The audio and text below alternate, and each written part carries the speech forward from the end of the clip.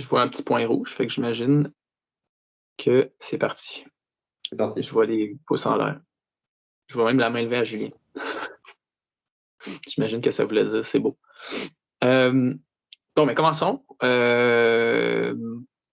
Tout de suite avec la deuxième diapositive, Karine, si tu peux. En fait, on est exactement 1 an plus tard là, de la rencontre, pas exactement, mais un petit peu plus, un petit peu moins qu'1 an, sur une dernière rencontre qu'on a eue ensemble qui était sur l'orchestration de l'agir, vous vous en souviendrez. On va revenir un peu là-dessus. Là.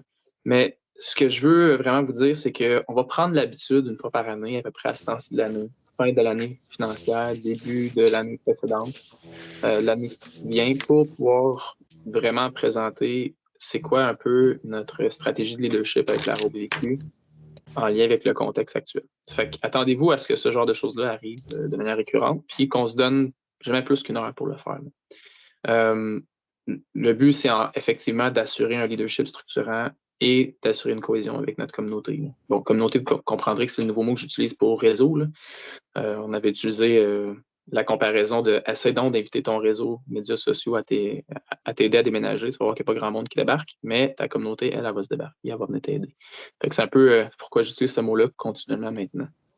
Aujourd'hui, ce qu'on veut faire, là, si tu peux aller à la slide suivante, Karine, c'est grosso modo discuter de leadership, faire un petit retour sur la rencontre de 2023, sur la vision qu'on s'était donnée, parler des apprentissages et des expériences qu'on a vécues au cours des dernières années, discuter des opportunités qui s'en viennent à très court terme et se donner une opportunité. J'aimerais savoir une demi-heure qu'on puisse vraiment ouvrir le micro à tout le monde puis entendre votre point de vue sur qu'est-ce qui a de la valeur, qu'est-ce qui a de la valeur pour vous par rapport à tout ça. Fait qu'on est là pour avoir votre feedback. Là. Fait que commençons. Question d'avancer. La première chose que je veux vous dire, c'est la vision un peu, les valeurs du RBVQ pour la vision de leadership qu'on a. Slide suivante, Karine. C'est, mettons, les 4 choses que je veux mettre de l'avant aujourd'hui. La première, c'est la notion de confiance. Là. On veut pouvoir être honnête et authentique avec vous sur qu'est-ce qui se passe, sur la situation, sur les dossiers, sur ce qu'on vit en ce moment, ce que vous vivez, etc. On veut montrer du caractère, on veut être engagé, on veut être discipliné là-dedans. Ça, c'est vraiment des valeurs du ROBVQ là, dans le leadership actuel. On veut avoir un sens de direction. On veut pouvoir apprendre de ce qu'on a vécu au cours des dernières années, puis être capable de vous donner une destination là, pour le futur et d'aller dans cette direction-là. Ces valeurs-là sont axées à la fois sur des faits, mais comme bon leader, on a aussi un espèce de sens d'intuition. Donc, on essaie de tenir compte de un peu le feeling de la chose. Là. Ça fait partie un peu de notre caractère de leadership actuellement. On veut être en mesure d'être loyal à la communauté de OBV. On va être beaucoup plus centré sur les OBV. Vous l'avez vu, on a fait des changements dans les 2 dernières années pour pouvoir faire ça. Puis on veut être capable d'adresser les choses avec la communauté puis être loyal envers la communauté là-dedans. Et bien sûr, on veut valoriser ce que vous considérez comme étant de valeur. Donc ça, c'est les 4 choses qu'en ce moment, le CA va être d'accord avec moi aussi là, au RBVQ. Puis même chose pour l'équipe interne. C'est les choses sur lesquelles on se repose actuellement et qu'on se centre. Et c'est là-dessus aussi qu'on va se centrer pour aujourd'hui. Je fais un petit retour. Karine, si tu peux cliquer la flèche droite. Je fais un petit retour sur l'orchestration. Vous avez déjà reçu probablement le PowerPoint de cette présentation-là. Je ne vais pas revenir là-dessus complètement. Contexte, il y avait dans la littérature la notion d'orchestration. C'est une approche qui permet d'être plus méta, plus large, de jouer un rôle d'orchestrateur dans un niveau de gouvernance plus élevé. C'est la ligne du bas là, dans l'article scientifique en question que je cite ici en bas à droite. L'orchestration, c'est la capacité à pouvoir avoir un alignement stratégique, de réunir essentiellement à travers les secteurs d'activité et les échelles, puis créer des opportunités dans le contexte actuel pour faire avancer les choses. Et les 3 autres niveaux de gouvernance qui sont plus hauts, c'est un peu les différents niveaux de nos acteurs de l'eau actuellement sur le territoire, à l'échelle nationale et à l'échelle régionale. Et on voit que l'OBV peut vraiment aider les autres acteurs à renforcer leur capacité de gouvernance puis s'en aller davantage vers les niveaux supérieurs qui sont plus bas dans le tableau par rapport au niveau plus haut. C'est des choses qu'on avait discutées déjà ensemble, je ne vais pas tomber là-dedans complètement. Mais la slide suivante, Karine, c'est grosso modo ce qu'on s'était donné comme vision là, de ce que c'est l'orchestration pour les OBV, puis c'est quoi le rôle du ROBVQ là-dedans. Vous noterez entre autres qu'on s'était donné, entre autres comme pour la ROBVQ, un service aux membres fort, axé sur le renforcement des capacités des OBV pour pouvoir remplir les points dans la colonne de gauche. Et entre autres, les communautés de pratique faisaient partie de ce travail-là. Donc, ça, c'est un peu le retour de 2023. On est encore attaché à ça. C'est encore la vision qu'on voit pour la suite des choses. C'est là-dedans qu'on s'attaque notre rôle, entre autres, quand on va en commission parlementaire. C'est, entre autres, de cette manière-là qu'on travaille quand on rencontre des acteurs à l'échelle nationale, quand on rencontre le cabinet du ministre, quand on travaille au Forum d'action sur l'eau. C'est toujours ça qu'on a en tête. C'est le point qu'on s'est entendu ensemble il y a un an de ça. Et c'est encore, à mon avis, d'actualité et le pilier, si on veut, de la vision qu'on a pour le futur. Je vous souviendrai que je m'étais un peu engagé à être avec vous pour les 10 prochaines années pour mettre tout ça en œuvre. Là. Fait que c'est encore d'actualité et nous sommes encore très forts et engagés là-dedans. Là. Donc ça, c'est le premier point que je voulais revenir dessus parce que c'est le contexte de la suite des choses. La slide suivante, on change même de couleur, c'est un peu les expériences et les apprentissages qu'on a vécus. Je vous les mets à l'écran, là, mais je veux surtout expliquer un peu d'où on vient là-dedans, puis qu'est-ce qui explique un peu le contexte actuel. Vous vous souviendrez qu'on avait le vent dans les voiles, même au ROBVQ là, sur le CA avec John Husk, on parlait d'étendre l'agir dans le nord du Québec, de travailler le transfrontalier, de reprendre un rôle dans l'agir au niveau du fleuve Saint-Laurent, etc., etc. Tout allait super bien. C'était cool. On était tous bien heureux, puis on voyait le futur d'un très bon œil. Et on a vu, en fait, que pas long après, il y a eu une espèce de repli important auprès du gouvernement et surtout du ministère. Et le cadre de référence qui nous a été présenté et les conventions n'étaient pas du tout ce qu'on avait négocié avec le cabinet ou avec le ministère. Il y a eu un retour vers l'arrière et il y a eu un contrôle exercé sur les OBV. Notre point de vue, notre intuition, c'est que c'est un peu en réponse au rapport du vérificateur général du Québec. Et il y a des attentes maintenant plus importantes auprès du ministère pour pouvoir atteindre les objectifs qui sont fixés par le ministère et le gouvernement. Ce que ça a eu comme répercussion principale, c'est un peu, disons, une résistance au niveau des OBV. On a entre autres perdu une espèce de cohésion aussi dans le réseau. Il y a eu des leaders qui se sont levés un peu contre ça, un peu dans différentes directions. Et vous vous souviendrez entre autres que ça a créé pas mal de chicanes entre les OBV et le ministère. Et on a eu entre autres un rendez-vous des OBV en 2022 qui était plutôt difficile. C'était le premier là, au retour de la COVID, entre autres, où on l'a senti là, au ROBVQ et même les membres nous en ont parlé, là, que c'était pas un rendez-vous facile et on avait du rattrapage à faire. Entre-temps, en même temps même, on était chercher une modification à la loi sur l'eau pour inclure, entre autres, dans la mission, en fait, dans le mandat des OBV, cette espèce de rôle-là d'être dans l'action, d'accompagner les acteurs dans l'action. Donc, il y avait comme eu une espèce de victoire qui nous permettait de voir vers où on pourrait s'en aller, mais en même temps, il se passait beaucoup de choses plutôt difficiles là, dans le réseau et avec le ministère et pour l'agir en général. Il y a une décision qui a été prise après le rendez-vous des OBV 2022, c'était de vraiment se recentrer, notamment avec l'arrivée de Karine dans la direction, de se recentrer sur le volet service aux membres, d'être davantage concentré sur les OBV et leurs besoins, de pouvoir travailler davantage sur la collaboration et le partage entre les OBV. C'est d'ailleurs en 2022 qu'on a commencé l'Agora des OBV, qui était un bon succès déjà en 2022. Là. Entre-temps, 2023 commence, on a eu le Forum d'action sur l'eau, qui est maintenant une nouvelle mission, un nouveau mandat, celui de travailler sur le fond bleu et le plan eau. Donc ça, c'est, à mon avis, mon point de vue là-dedans, c'est que c'est une table de concertation nationale dans laquelle on fait essentiellement ce que vous faites avec vos tables de concertation à l'échelle des OBV, mais on le fait avec des acteurs nationaux pour pouvoir déterminer c'est quoi les priorités et comment on dépense ce fameux 500 millions de dollars. On a eu on a eu beaucoup de reconnaissance et de légitimité de la RBQ et même le réseau des OB en général au sein de ce processus-là. Et on en arrive, entre autres, bientôt à présenter tout ça et que ça soit annoncé. On a ensuite, bien sûr, tenu la rencontre sur l'orchestration de l'Agir, à peu près là-dedans aussi, où on s'est donné une vision, disons, pour 10 ans vers la future convention. On a été en commission parlementaire pour le projet de loi 16 en aménagement du territoire et le projet de loi 20 pour le Fonds bleu, où, entre autres, on a proposé un nouveau paradigme pour le succès de l'eau. On a proposé sur quoi il fallait qu'on travaille, la question de la gouvernance de l'eau. Et on est content de savoir que pas mal de ces choses-là ont été prises en compte. D'ailleurs, on a créé des bonnes relations avec différents niveaux de gouvernement en lien avec ça. Mais aussi, ce qui en découle, c'est assez favorable. Tout ça, bien sûr, dans la perspective de l'orchestration de l'Agir qu'on avait présenté ensemble. On a pris beaucoup de leadership au Forum d'action sur l'eau. On a influencé beaucoup les décisions. Il y a beaucoup d'acteurs qui se sont reposés sur nous pour continuer à être mobilisés là-dedans. Il y en a qui voulaient quitter et qui nous appelaient en réalité pour comprendre pourquoi il faudrait qu'ils continuent là-dedans et pourquoi c'était important. Et ce qui est beau maintenant, c'est que c'est eux qui utilisent nos mots au Forum d'action sur l'eau plutôt que nous. On est capable de travailler davantage le processus de gouvernance que le contenu associé à l'eau parce que les acteurs, ils l'ont vraiment, ils ont pris un peu nos messages puis ils reprennent maintenant dans les résultats.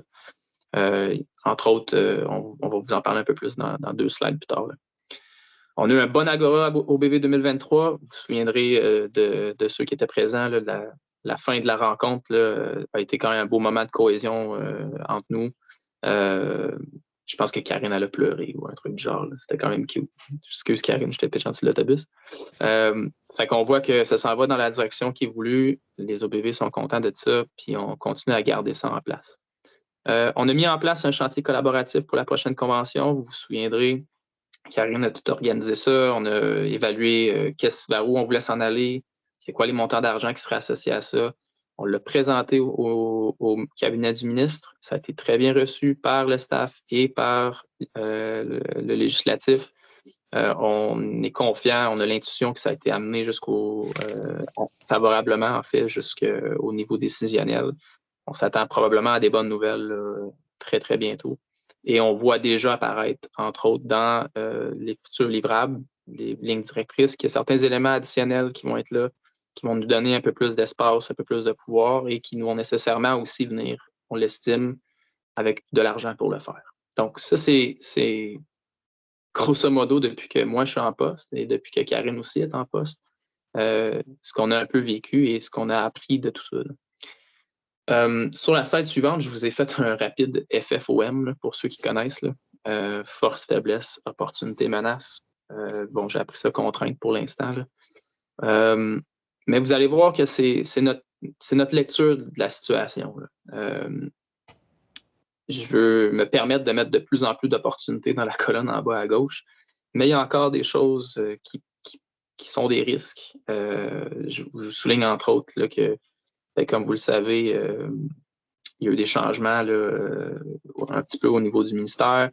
Je veux aussi vous annoncer qu'il y a eu des changements au cabinet du ministre. On avait une très bonne relation avec les gens là-bas. Il va y avoir des relations à recréer maintenant qu'il y a des membres du staff qui sont un peu partis.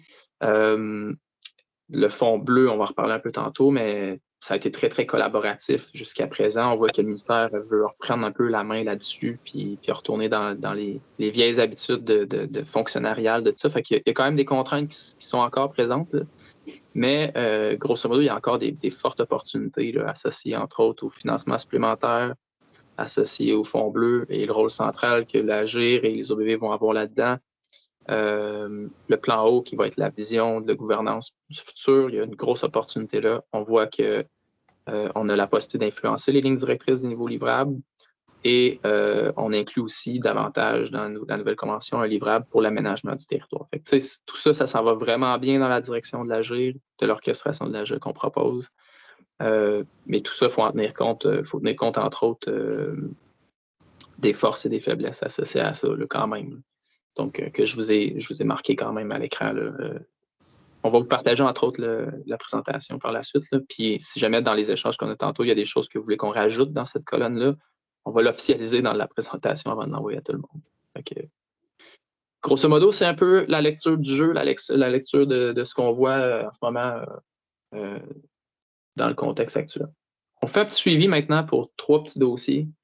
La première, c'est la convention. Vous vous souviendrez de la convention 2021-2023 avec comme livrable la stratégie de mobilisation, avec comme livrable une partie du plan directeur de l'eau. La prochaine étape en 2024 en lien avec ça, c'est qu'on va, disons, la manière que c'est discuté en ce moment, c'est qu'on va bonifier le PDE avec un plan d'action. Ce plan d'action-là ne sera pas nécessairement inséré directement dans le plan directeur de l'eau, au sens qu'il ne sera pas nécessaire de consulter tous les ministères et faire approuver par tous les ministères comme toutes les autres portions du PDE. Ça va être davantage un plan d'action qui va permettre de, disons, couvrir le fait que notre plan d'action précédent n'existe plus. Et ça va être, à notre avis, un plan d'action qui va pouvoir être itératif, c'est-à-dire qu'on va pouvoir le construire en avançant d'une certaine manière. Je laisse le staff technique s'occuper des commentaires dans le chat. Et on voit aussi qu'il va y avoir une bonification de la stratégie de mobilisation pour davantage inclure la portion passage à l'action. Je parlais tout à l'heure de force-faiblesse, on va en parler, là. Mais il y a encore un élément dans cette stratégie de mobilisation-là qui cadre beaucoup avec le cadre de référence. Ça achale du monde, ça nous achale nous aussi. On aimerait ça davantage donner la chance de mobiliser davantage les acteurs, pas seulement notre table de concertation. Fait que là aussi, on a du travail encore à faire avec le ministère là-dedans.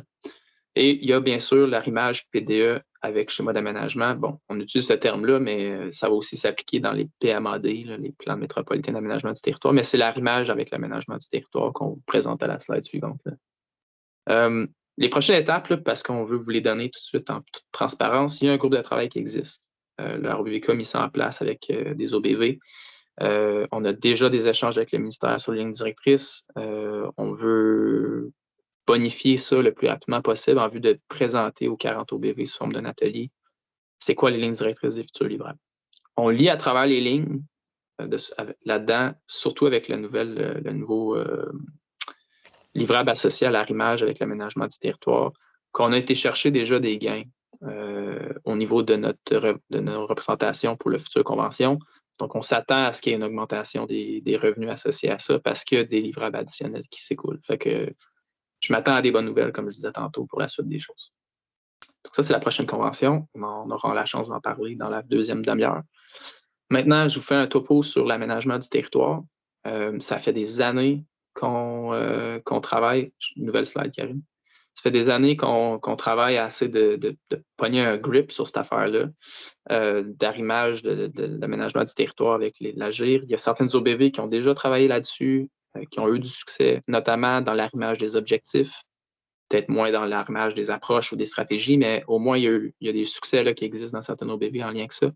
Je vous ai mis le lien, là, si vous allez aller consulter ça. Là, vous pouvez aussi chercher là, directement, mais le lien va être là si jamais vous avez besoin d'aller le voir. Mais en gros, vous voyez en haut à droite, là, ça, c'est les orientations gouvernementales en aménagement du territoire, au GAT. Ce sont des orientations qui découlent du projet de loi 16 qui a été adopté. Et maintenant, c'est les orientations, les 9 orientations qui devront être prises en compte dans les plans métropolitains d'aménagement du territoire qui sont faits par les CMM, CM Québec et autres, et qui devront aussi être pris en compte dans les schémas d'aménagement. Comment ça fonctionne? C'est que ni un ni l'autre de ces deux documents-là ne pourra être modifié par les entités sans que ces orientations-là soient intégrées. Ça veut dire que, par exemple, la MRC dans votre secteur veut changer l'affectation d'un territoire qui est actuellement sous l'affectation, disons, commerciale, pour le modifier par une affectation, disons, industrielle. Habituellement, ça prendrait un bon processus de modification avec des résolutions du Conseil des maires, blablabla, autorisation par le ministère des Affaires municipales, consultation par les autres ministères, approbation, etc. Tout ça, maintenant, ne pourra pas être fait sans que soient pris en compte les 9 orientations qui sont là. Toute modification future devra aussi modifier pour tenir compte de ces orientations-là. Ça veut dire qu'il y a comme une espèce de gel sur le schéma d'aménagement jusqu'à ce que les orientations puissent être intégrées. Bon, on est encore en phase semi-consultation, c'est encore des orientations préliminaires, mais une fois que ça va être adopté, on va faire une espèce d'effet de gel sur l'aménagement du territoire, le temps de prendre en compte ces choses-là. Je vous présente l'orientation 2, là, que je vous ai encerclé. C'est celui qui touche spécifiquement la gestion du territoire au niveau des écosystèmes et aussi la question d'intégrer les ressources en eau. Et je vous mets l'objectif 2.3 qui est dans cette orientation 2 à l'écran. Assurer la pérennité et la protection des ressources en eau par une gestion intégrée. Donc, on comprend que ce qu'on a discuté au projet de loi 16 et nos consultations et nos différents mémoires sont intégrés directement dans un objectif. Quand vous allez voir le lien là, que je vous ai mis en annexe en bas de la page, là, vous allez voir un peu qu'est-ce que ça veut dire, ça. Vous allez voir, entre autres, que la MRC doit intégrer des choses. Par exemple, identifier où sont les aires de protection pour les prélèvements d'eau potable ou d'eau souterraine. Elle doit, entre autres, identifier les zones de gestion du territoire, les PDE qui sont sur le territoire. Elle doit, entre autres, évaluer les besoins en eau dans le futur. Elle doit identifier les sources d'eau potentielles pour le futur, les zones de recharge, les aquifères. Fait qu'il y a plein de choses que la MRC doit faire. Entre autres, intégrer des normes minimales pour le lotissement, etc. Et il y a aussi des choses que la MRC est également invitée à faire. Ce n'est pas des obligations, mais on comprend que le gouvernement aimerait que les MRC aillent dans cette direction. Et nous, ce qu'on voudrait, en réalité, notamment à travers le nouveau livrable, c'est donner la chance aux MRC de faire le plus possible pour la gestion intégrée de l'eau, de ne pas s'arrêter à ce qu'elle doit faire, mais pousser aussi loin qu'elle peut les choses qu'elle peut faire. Et nos premières consultations avec les MRC, qui durent depuis des années, là, montrent qu'il y a un gros besoin au niveau des MRC pour pouvoir s'attaquer à ça. C'est des choses, c'est des concepts, c'est des approches, c'est des stratégies qui sont différentes de leur approche habituelle. Et en quelque sorte, on a la capacité de le faire avec les OBV. Ce que ça signifie pour nous, c'est un peu de changer un peu notre approche de présentation du PDE, de l'amener vers une forme qui est plus habituelle pour un aménagiste, par exemple. Mais il y a aussi un processus derrière ça, un processus de mobilisation, un processus de concertation. On pense que ça vaut la peine qu'on intègre les mêmes genres de processus qu'on fait habituellement pour le plan directeur de l'eau, mais qu'on le fasse maintenant en aménagement du territoire. Donc, ce que je veux vous dire aussi en toute transparence, c'est la bulle verte en bas. Là. Le ministère des Affaires municipales a donné un mandat au ministère de l'Environnement pour étudier comment faire ça et comment l'intégrer dans un futur livrable pour les OBV. C'est pas dur, le ministère des Affaires municipales ne sait pas trop comment approcher la question de la gestion intégrée de l'eau et donc consulte l'autre ministère. Donc, c'est une espèce de forme de collaboration entre ministères sur la gestion intégrée de l'eau qu'on n'a pas vu jusqu'à présent et qui a été critiquée par le passé par le vérificateur général. Donc, on voit que là, il y a une espèce d'approche qui se fait. Je vous rappelle, entre autres, que dans la première mouture du Forum d'action sur l'eau, on parlait de l'aménagement du territoire. Il y avait eu 2 rapports faits par 2 ministères, pas un rapport conjoint. C'est quand même mieux, on s'en va dans la bonne direction. Et on comprend aussi qu'il y a un livrable attendu dans la prochaine convention des OBV en lien avec ça. En ce moment, le ministère consulte la ROBVQ, consulte les OBV et consulte même des MRC sur l'orientation 2, sur l'objectif 2.3, pour un peu se faire une tête là-dessus puis voir c'est quoi les besoins dans les MRC. J'ai eu vent, là, entre autres, d'une rencontre récente avec une MRC où la MRC a un peu tiré le ministère dans une direction très, très concrète là, et un peu différente, disons, de la position habituelle. Donc ça, c'est pour ça. Je vois qu'il y a des mains qui se lèvent. On peut peut-être les prendre en ordre. Là. On donne la parole là, dans 2 minutes. Slide suivante. Il y a aussi d'autres dossiers sur la table qu'il faut qu'on garde un œil dessus. Karine, si tu peux switch la slide. C'est la liste. Ça, c'est récapitulatif pour le fonds bleu. Fonds bleu, 500 millions. Il y a 39 mesures qui vont être annoncées. Sur les 39 mesures, il y en a grosso modo une trentaine, je pense, qu'on pourrait facilement être intégré au niveau des OBV. La ROBVQ a joué un rôle clair là-dedans. Ce que je disais tantôt, c'est que le ministère commence à revenir là-dessus et à essayer de prendre une mainmise sur les 39 mesures, garder plus de financement à l'interne, ce genre de choses-là habituelles. On va essayer de casser ça. On veut essayer de montrer au ministère qu'il y a des choses qui existent déjà. Il y a des acteurs qui sont déjà mobilisés à l'échelle nationale et régionale pour faire des choses. Ça ne sert à rien de réinventer la roue. On veut proposer, en fait, une stratégie de mise en œuvre de chacune de ces 39 mesures-là d'avance, avant que le ministère ait le temps de se faire sa propre approche. et sa propre stratégie. Fait que c'est le travail qu'on fait en collaboration avec les gens du Forum d'action sur l'eau. Je vous rappelle un peu c'est qui les gens sur le forum, là. Je pense que j'avais même mis ça sur une présentation du passé, du 27 mars de l'année passée. Il y a des acteurs, j'ai la liste juste ici.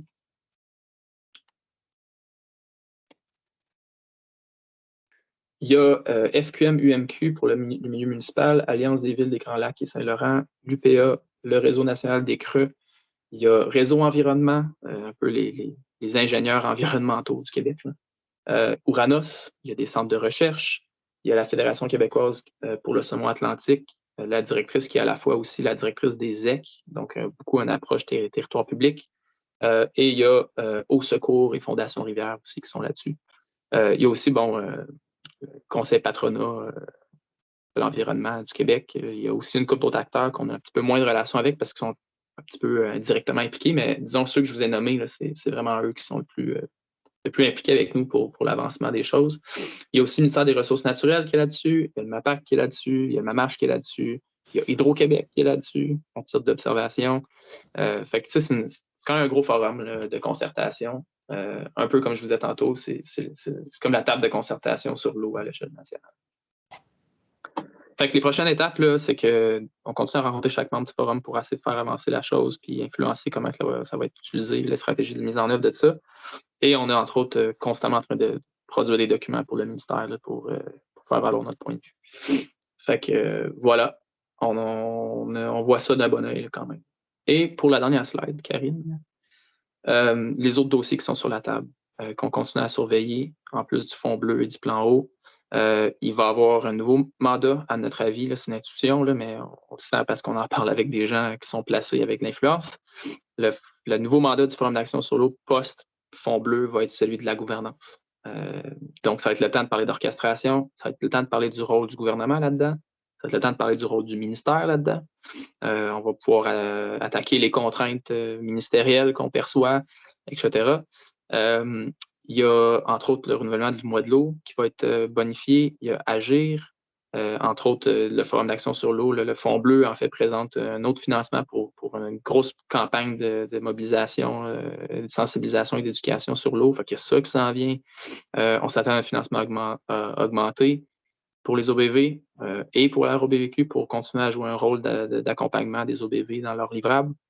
Bon, il y a une couple de cadres réglementaires aussi là, qui sont en révision, qu'on va pouvoir être impliqué spécifiquement dans le contenu. Là. Fait que ça, il y a ça aussi sur la table. Fait que vous comprendrez que le rôle de leadership et même le rôle de politique là, du ROBVQ est assez complexe, assez large. On s'est doté, entre autres, d'un comité de travail sur le CA pour réfléchir sur quoi on priorise, comment on travaille le volet plus politique, comment on travaille le volet leadership. On a des membres là, du CA qui sont fort pertinents et très, très importants. Et je remercie la participation à ça pour ça. Fait qu'on va se doter de ça, entre autres, suite à la rencontre d'aujourd'hui, on commence à travailler là-dessus. Fait que voilà, ça me mène à la portion micro ouvert, si on veut, avec 2 questions claires. Quand vous allez pouvoir intervenir, j'aimerais ça savoir qu'est-ce qui a de la valeur pour vous par rapport à tout ça. Puis, c'est quoi le rôle du RBVQ selon vous là-dedans? Fait que c'est un peu qu'est-ce que vous attendez de nous. Fait que ça, c'est un peu ce qu'on a besoin d'avoir comme feedback de manière concise, directe, honnête, authentique, comme on vous connaît.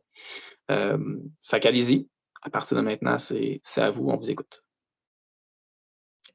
Karine, je ne fais pas l'ordre, mais je pense qu'il y avait Michel Leclerc. Oui, Michel Leclerc. OK. Bon, voilà mon micro. Alors, oui, Mathieu, c'est vraiment plaisant de voir ça aller. Là. Il y a beaucoup d'actions. Là. On se comprend que ça bouge dans les officines. Moi, dans l'avant-dernière diapositive sur mettons, la stratégie en aménagement du territoire, il y a beaucoup d'accent qui est mis sur les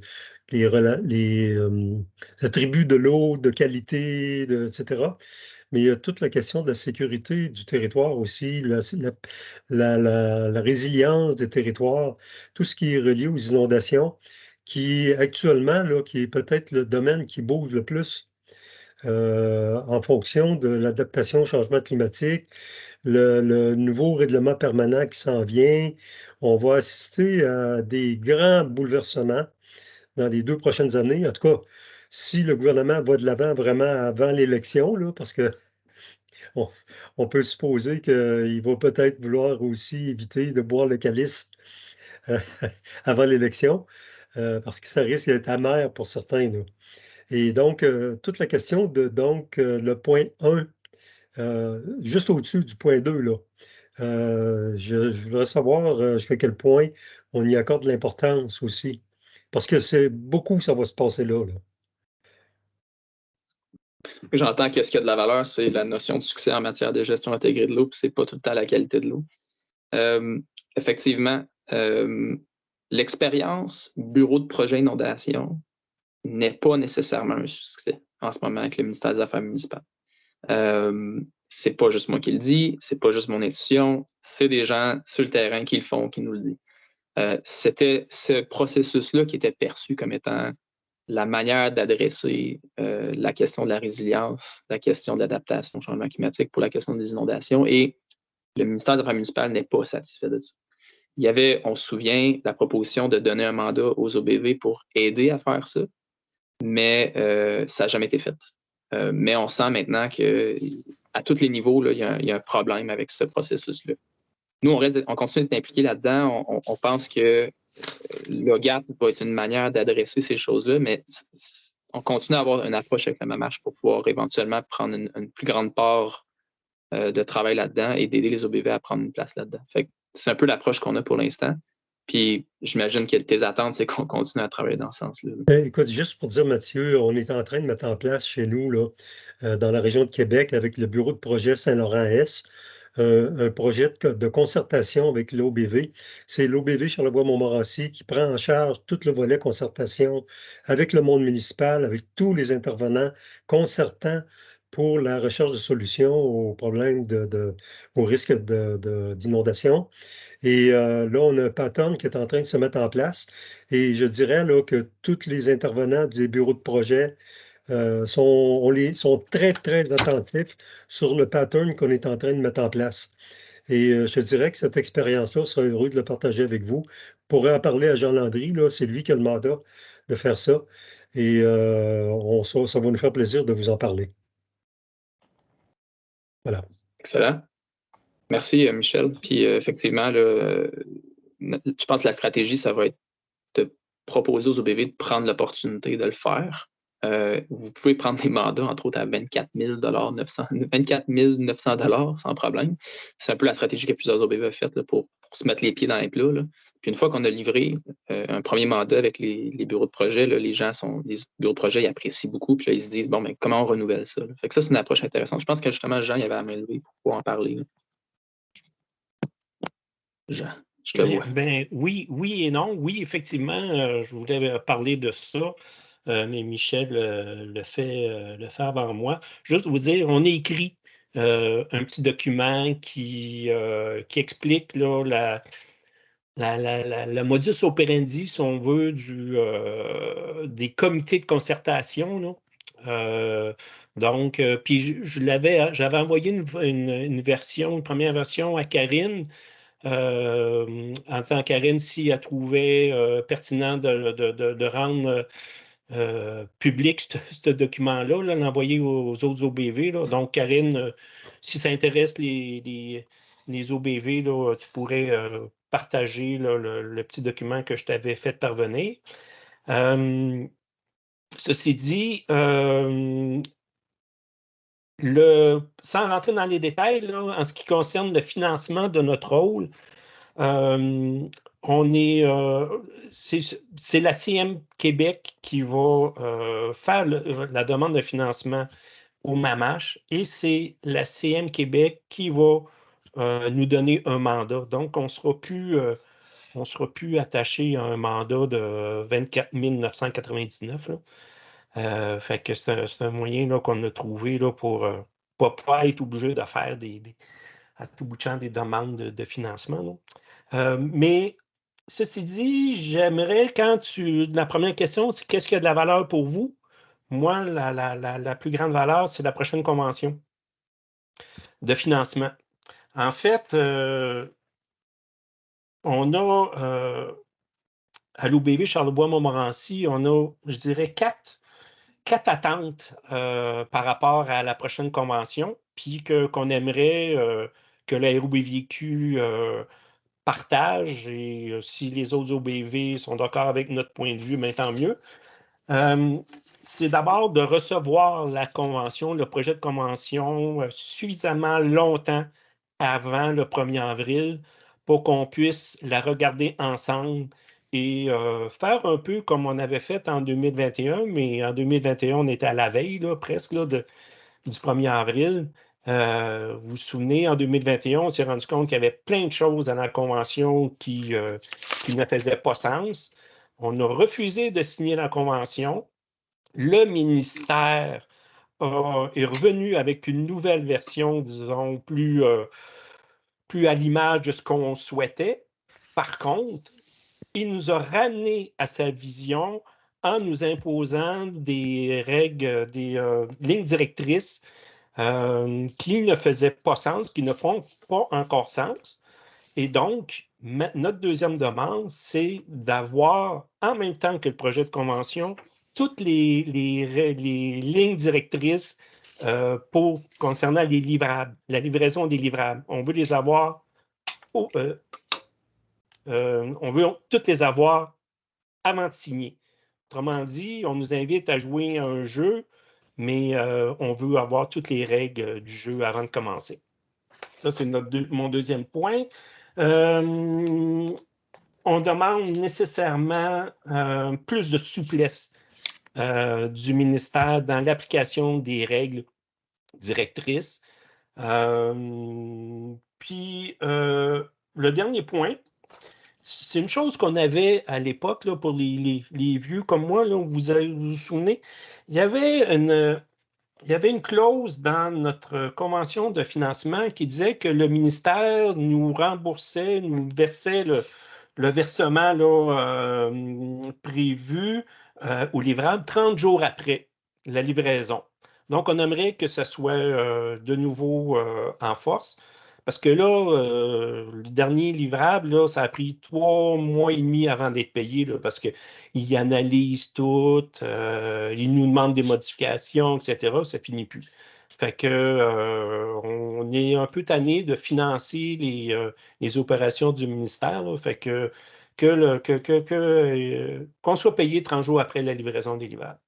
Fait que ça fait le tour de nos demandes qu'on aimerait que le ROBVQ apporte là, à transmettre au ministère. Et en terminant, tu parles, Mathieu, qu'il y a des consultations qui ont été faites auprès d'OBV concernant le projet d'arrimage entre le PDE et les SAD. J'ai bien compris, Mathieu, c'est bien ça? Oui, dans le fond, Philippe rencontre des MRC en compagnie des OBV pour discuter de l'arrimage en aménagement du territoire. Est-ce que tu sais s'il a contacté la MRC de la Côte-de-Beaupré? Nous, il ne nous a pas contactés, c'est sûr, là, mais vous savez qu'on a fait un arrimage là, oui. il y a quelques années, là, puis qui fonctionne très bien encore. Là, puis vous regardez le schéma d'aménagement de la MRC de la Côte-de-Beaupré, là, est exemplaire là, en termes d'intégration. Fait que ça serait vraiment plate que Philippe ne s'inspire pas de cette expérience-là qui a été un succès. Là. Même chose pour... Le message a été passé, Jean, puis on va le repasser encore. OK, merci. Good. Fait que j'entends nouvelle convention comme point de valeur important. Je pense qu'on est capable de rentrer dans tes attentes là, avec ce qui est actuellement en ligne. Là. D'autres gens qui aimeraient intervenir? Je vois que Thierry. Oui. Ben, c'est moi qui ai demandé la parole. Là. Êtes-vous surpris? Êtes-vous surpris? Ben, première chose, c'est une parenthèse. Ça fait plusieurs ratés de Teams dans les dernières rencontres organisées par la ROBVQ. Je pense que vous allez devoir vous questionner si c'est le bon outil pour nous rejoindre. Puis on n'a pas été le seul à avoir des problèmes de connexion aujourd'hui. Un paquet d'autres là, ont des problèmes de connexion. Mireille, Véro, etc. Fait que prenez ça en note, puis il va falloir avoir un système qui fonctionne. Ça va, fallait que je le dise. On endosse pas mal tout ce que Jean a soulevé, hein, d'avoir en amont les directives par rapport au livrable. Quoique pour là, on est le 15 février, prochaine convention, si elle rentre au 1er avril, j'ai comme, je partage cette volonté-là de la part de Jean. Maintenant, est-ce qu'elle va être réaliste? Je ne sais pas. Mais je partage ça, on partage ça. On partage aussi le besoin de flexibilité qu'a soulevé Jean. On partage aussi le besoin de recevoir le paiement dans les délais à respecter de la part du ministère. D'autant que nous, on s'est déjà fait par le passé taper sur les doigts pour avoir livré un livrable quelques minutes passées minuit à la date d'échéance.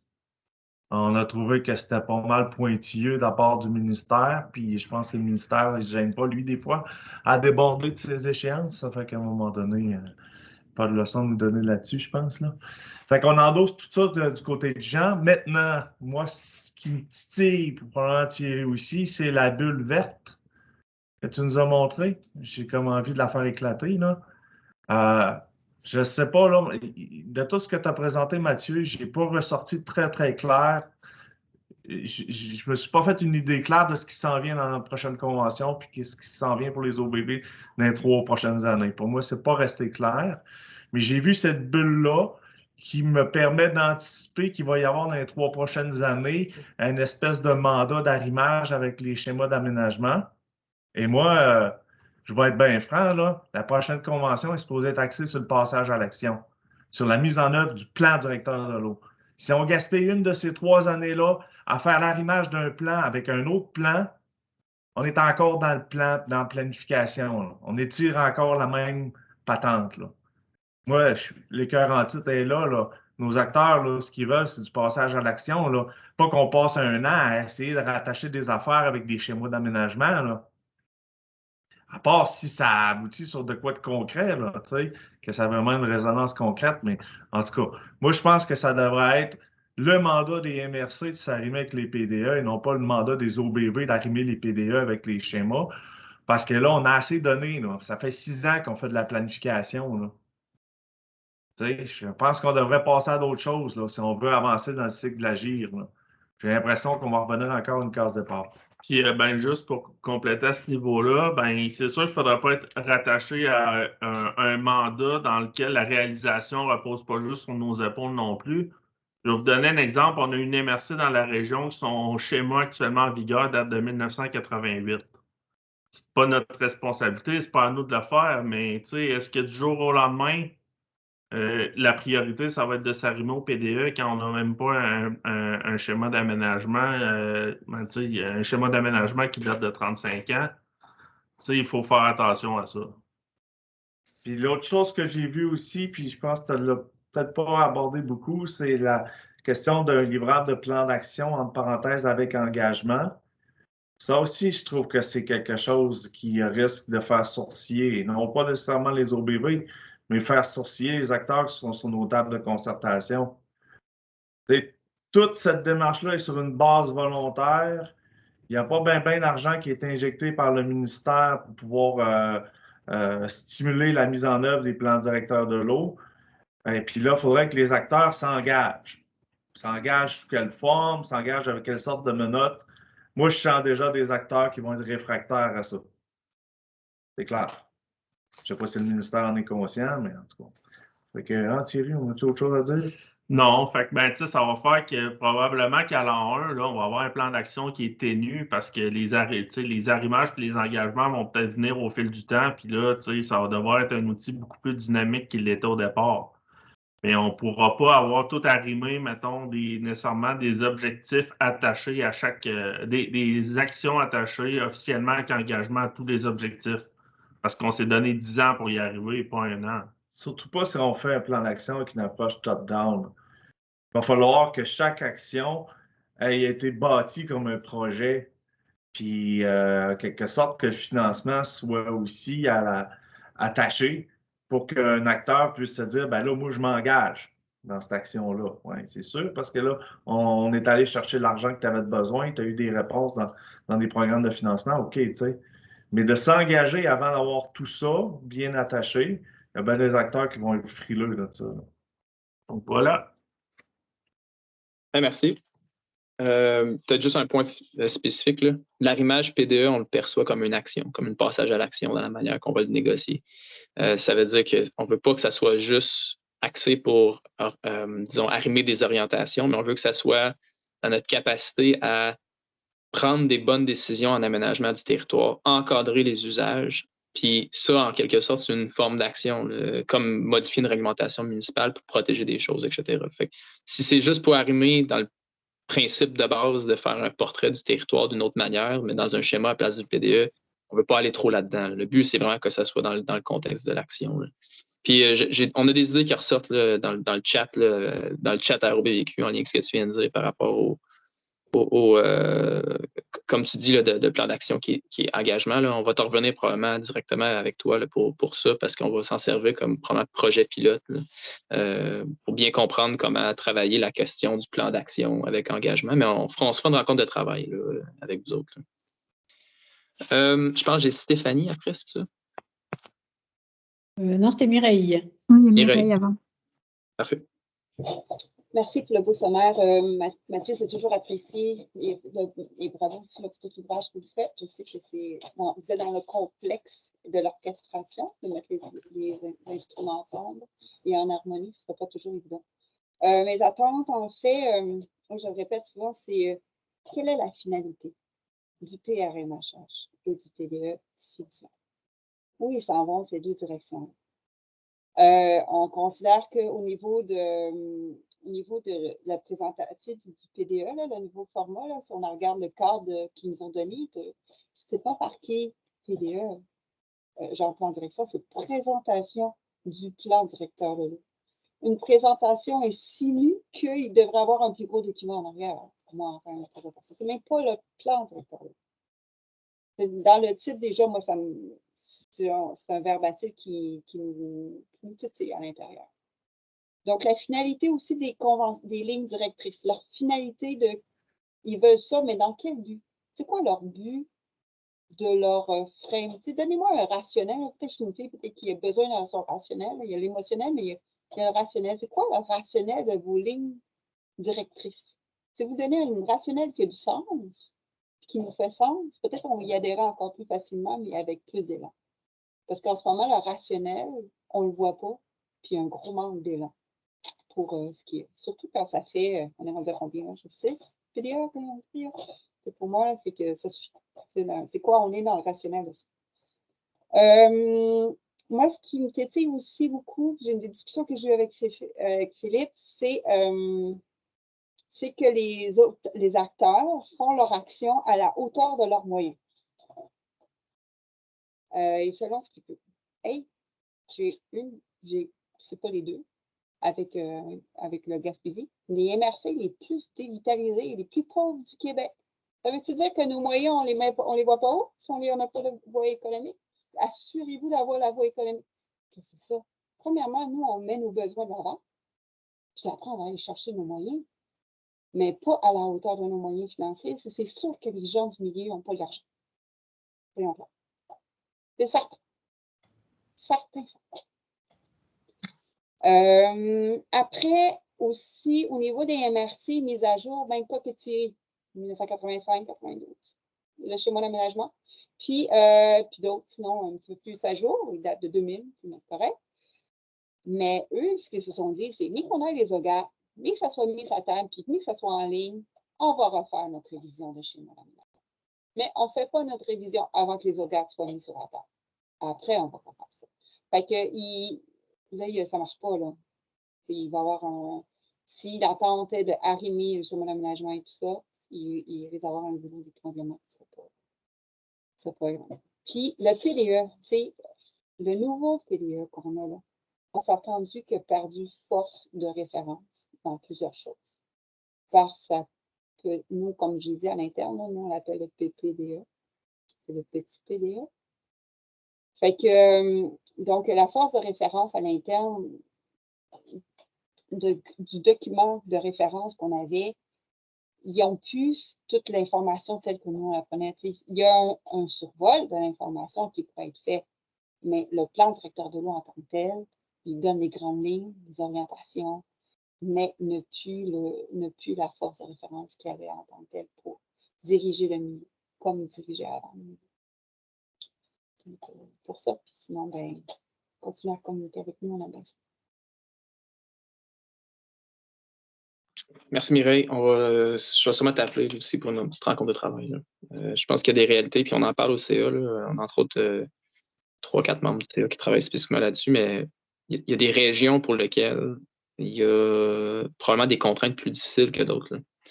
Puis je pense que ça vaut la peine qu'on soit capable de un peu décentraliser la ROBVQ, puis d'amener un accompagnement dans notre service aux membres d'une manière différente selon la région, selon les réalités de région. Là, on fait une présentation aujourd'hui d'une réalité nationale qu'on essaie d'expliquer plus largement, là. Mais c'est clair qu'il y a des situations et des réalités qui sont bien différentes, puis qu'il y a des régions qui ont besoin d'un accompagnement différent, disons, dans ce qu'on fait avec la ROBVQ. Puis on avait entre autres ciblé d'adresser ça dans la prochaine année. Là. Fait qu'on va certainement vous recontacter. Là, on avait parlé à l'EGA aussi, là, faire au niveau des régions, puis au niveau de ça, parce que la réalité est différente, puis même l'accès des données, les bureaux de projet, on n'a pas ça. Je n'ai pas de PC, j'ai pas de TCR. On est à l'extérieur de la boucle, là, nous autres. C'est tout ça c'est tous des projets, même les demandes de subvention. On n'est pas touché par les demandes actuelles maritimes, je ne peux pas y appliquer. Il y a plein de choses que tout ce qui touche au fleuve, on ne peut pas. Et que, donc, c'est ça. En plus de ne pas avoir beaucoup de soins. Good, merci. Là, je pense que c'est Stéphanie, c'est ça? Oui. J'ai 2 questions. Je vais commencer par la facile. Là, on n'a pas parlé de montant. Je comprends que vous n'avez probablement pas encore de confirmation du ministère, que c'est peut-être pas passé encore au Conseil du Trésor, mais on est pas mal de DG ici qu'on est vraiment dans le moment où on fait des planifications financières. Est-ce qu'on garde le statu quo? Est-ce qu'on peut passer bonifier un peu, beaucoup, à la folie? Est-ce qu'on peut quand même avoir un ordre de grandeur? Ça serait aidant sur la mobilisation des ressources pour la prochaine année. Là. C'est ma question facile. Je peux te répondre tout de suite. On avait présenté 3 scénarios, en fait, au cabinet du ministère. Au cabinet du ministre, un espèce de scénario au montant actuel, dans une approche offre de service dans laquelle on concentrait nos efforts sur les choses qui sont importantes. Ça, c'est mettons, autour du 2,50 fois 3 ans, fois 40 OBV à 30 millions sur 3 ans, mettons. Là. On a présenté un scénario à 50 millions. Puis on a quelque chose comme ça, Karine, hein? Je ne me trompe pas. Là. Puis on a présenté même un scénario au-dessus de ça. Où là, on avait une approche plutôt, conservation des ressources et des expertises. Où là, on était moins axé offre de service, on était plus axé fais-nous survivre. Le cabinet avait réagi un peu plus difficilement au scénario 3, là, parce qu'il était comme, vous n'êtes pas nécessairement parapublic. Là. Puis on apprécie l'approche plus business de la chose, c'est-à-dire voici ce qu'on propose, voici comment ça vaut. Puis, fait que, le scénario 50 millions était bien mieux reçu, disons. Là. Puis, je me souvenais de cette conversation-là pendant un bout. Là. Agnès nous a demandé s'il fallait couper quelque part pour pouvoir atteindre les 50 millions qui est demandé. Puis, on coupe où? On a répondu dans les feuilles Excel. Très bonne réponse. Voilà. Mais j'ai une question à celle-là. Quand est-ce parce que là, tantôt, Jean a fait référence, ce serait le fun d'avoir le projet de convention avant, mais est-ce qu'on peut s'attendre d'avoir ça le 30 mars ou c'est quoi vos délais? Karine, tu as peut-être plus d'infos que moi, là, mais on a déjà des lignes directrices. Mais on travaille déjà avec 4 OBV sur les lignes directrices pour avoir une structure qui répond déjà à 4 OBV. Puis on va faire un atelier avec les 40 OBV sur ce projet de livrable là, pour que ce soit accepté par tout le monde. Là. On voulait le faire après le 1er mars parce que j'imagine que vous n'avez pas le temps avant. Là. Il y a la prochaine convention. Là. Donc début mars, on va organiser avec vous là, un atelier des 40 OBV. Là. On essaiera de faire des groupes là, parce qu'à 40, ça va être compliqué. Mais... Puis pour l'argent, notre intuition. Ouais, non, c'est ça. Enfin, j'ai demandé évidemment plusieurs fois, là, mais on ne sait pas. Là. La dernière convention, là, c'était juste avant qu'ils nous enferment pour la COVID, qu'on avait reçu le projet de convention. Fait qu'on se trouvait à être, il me semble que c'était début mars. Fait qu'on s'attend à ce que ça soit prêt dans ces dates-là. Parfait. La deuxième question. Avec un peu de chance, on va pouvoir vous le présenter en même temps qu'on fasse l'atelier. OK, parfait, merci. Ma deuxième question, vous ne serez pas surpris du sujet que je vais amener, d'autant plus que Jean-Paul n'a pas pu se connecter à la rencontre ce matin. C'est pas à défaut d'avoir essayé. Tu as mentionné tantôt, Mathieu, qu'il y avait des irritants au niveau du cadre de référence. Je voulais savoir, c'est quoi la comment je pourrais dire, la réception du ministère à revoir les éléments du cadre de référence, parce que moi, j'ai parlé à plusieurs fonctionnaires, je leur ai dit à plusieurs reprises nos irritants, puis tu sais, j'ai participé au groupe de travail sur les lignes directrices, sur la stratégie de mobilisation, puis c'est revenu, puis je pense que je n'étais pas toute seule autour de la table à partager ces irritants-là, mais ma crainte, c'est que, oui, on dit que c'est un irritant, on veut revenir là-dessus, mais là, ce que je vois dans les lignes directrices, c'est très intégré, que ce soit dans le plan d'action ou on fait beaucoup référence au cadre de référence. Donc, si on va de l'avant avec ça, puis qu'on adopte ces lignes-là, puis qu'on adopte une convention qui fait référence au cadre de référence, en fait, qui nous apparaît vraiment désuet, puis inadéquat à plusieurs égards, comment on va s'assurer de ne pas faire comme il y a 3 ans, puis de devoir revoir toute la convention puis travailler sur le cadre de référence en parallèle. Là. Je ne sais pas, comment vous voyez ça, cet arrimage-là, finalement, entre ces outils-là? Là? Je vais donner mon point de vue très business de la chose. Là. Le cadre de référence, c'est un document unilatéral produit par le ministère de l'Environnement dans lequel on a été consultés et leur niveau de consultation, c'est eux qui contrôlent le niveau de consultation qu'ils ont envie d'aller. C'était-tu de la co-création? Ça l'a déjà été. À la fin, est-ce que ça l'était? Probablement pas. Mais on a très peu, disons, de leverage là, en lien avec ça. Puis revenir sur ce document-là, qui est maintenant public, à mon avis, c'est, par exemple, Jean Landry, là, il s'essaye encore avec, en plus de son mémoire et beaucoup de travail politique avec pas juste les fonctionnaires, mais aussi le législatif. Je ne sais pas si c'est l'endroit pour mettre l'effort. La ligne directrice des nouveaux livrables, par contre, c'est un document qui nous attache de manière bilatérale davantage. C'est-à-dire qu'il y a une convention de financement qui adresse une entente entre 2 parties et qui nécessite une forme de négociation. Fait que ce que je pense qui serait peut-être une meilleure manière d'utiliser nos ressources de temps, énergie, effort et autres, là, ça serait de négocier les lignes directrices avec l'approche qui nous intéresse et utiliser comme levier le fait qu'on a cette entente-là qui doit être faite entre 2 parties, puis aller chercher des gains dans les approches des lignes directrices qui pourraient, même s'ils sont incompatibles avec le cadre de référence, c'est pas grave, le cadre de référence est unilatéral.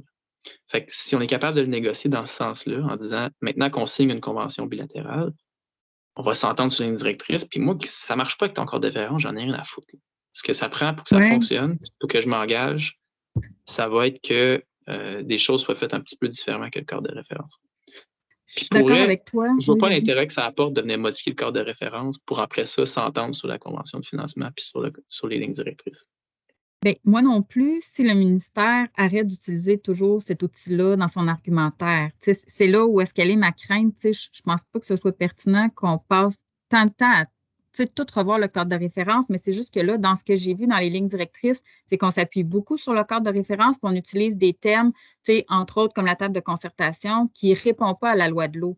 Fait que, si on peut élaguer tout ce qui peut être sujet à irritation, disons. Là, puis là, je parle pour moi, mais je sais que c'est partagé par d'autres OBV. Moi, je n'ai pas de problème, puis à la limite, il sera tabletté le cadre de référence, puis je m'en fous qu'il soit là.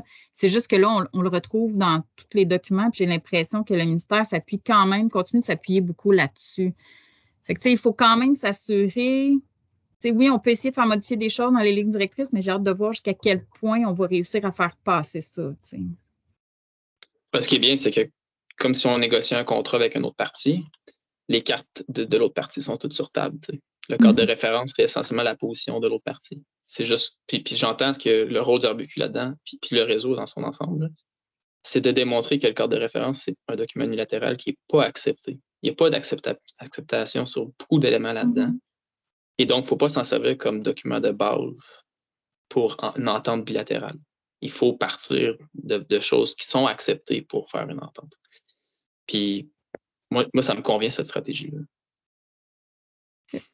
Merci.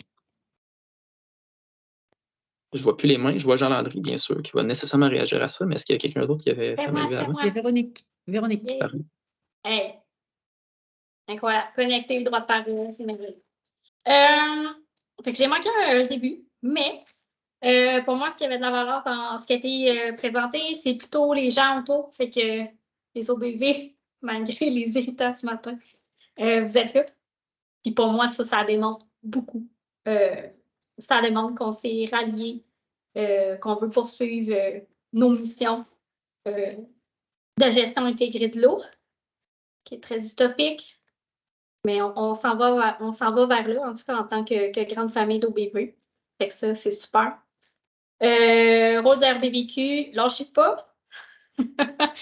J'aimerais beaucoup que ce que vous faites au niveau stratégique, le petit mot de Mathieu qui nous fait parler autour, ça, là, j'adore ça. J'aimerais ça qu'on soit capable d'avoir de l'information encore plus pertinente, continuer le volet politique et de nous alimenter. Pourquoi? Parce que moi, dans les dernières années, au niveau réglementaire, il y a eu tellement de modifications que là, mes compétences de dire non, ça a le rapport avec ça, puis quand je conseille un acteur, avant, ça allait bien. Maintenant, je suis tout mêlée.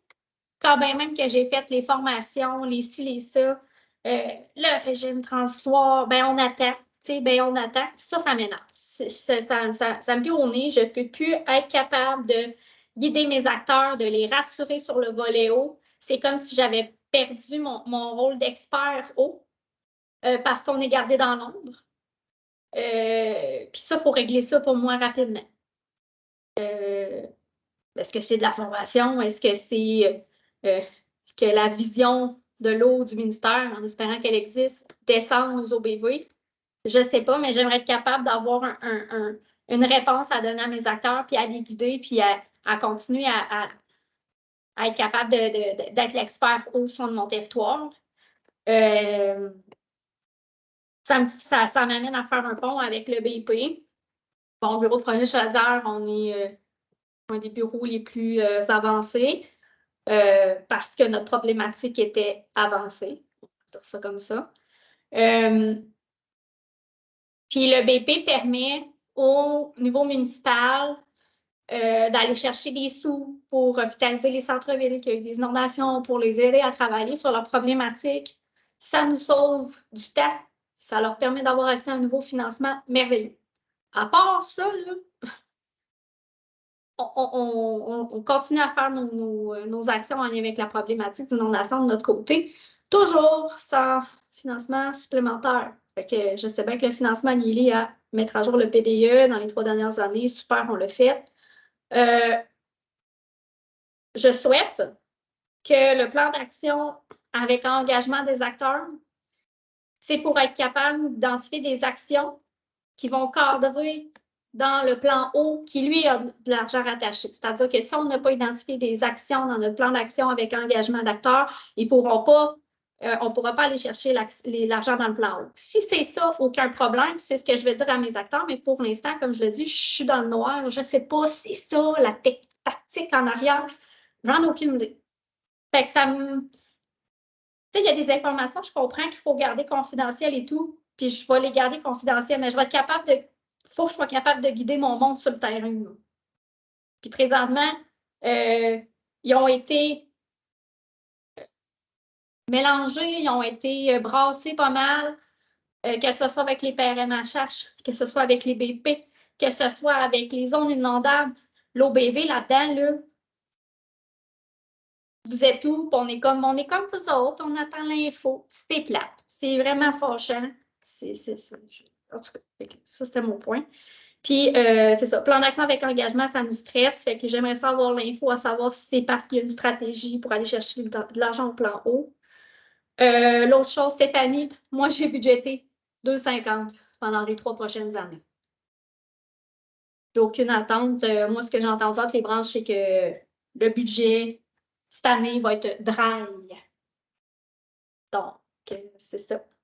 Peut-être qu'il va être dry puis il va avoir de l'argent pour l'eau puis il y a quelqu'un d'autre qui va payer. Je ne sais pas, mais c'est ce que j'ai entendu. Très déçue qu'on ait perdu le lien de Caroline Dastou au bureau du PM. Est-ce que vous avez établi un nouveau lien? Quelqu'un qui peut nous supporter là-dedans? Je sais que moi, au niveau de mes députés provinciaux, ça l'a fait mal de perdre cette ressource-là au niveau du bureau du PM.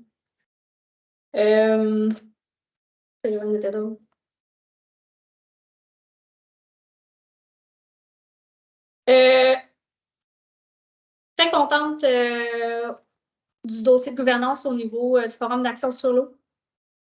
Bon, on va attendre encore 5 ans avant de savoir ce qu'on fait, comment on fait la gestion de l'eau, mais c'est pas grave, au moins l'enjeu est là, puis vous travaillez là-dessus au niveau de la gouvernance, fait que ça, je suis vraiment, vraiment contente.